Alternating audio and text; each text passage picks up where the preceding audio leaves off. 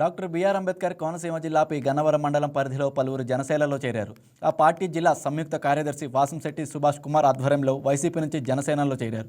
Deputy CM Pawan Kalyan ఆశయాలు సిద్ధాంతాలకు ఆకర్షితులై పార్టీలో చేరుతున్నట్లు తెలిపారు. ఎమ్మెల్యే గిడ్డి సత్యనారాయణ వారికి పార్టీలోకి ఆహ్వానించారు. పార్టీ బలోపేతానికి కార్యకర్తలంతా ఐక్యతగా కృషి చేయాలని ఎమ్మెల్యే గిడ్డి సత్యనారాయణ సూచించారు.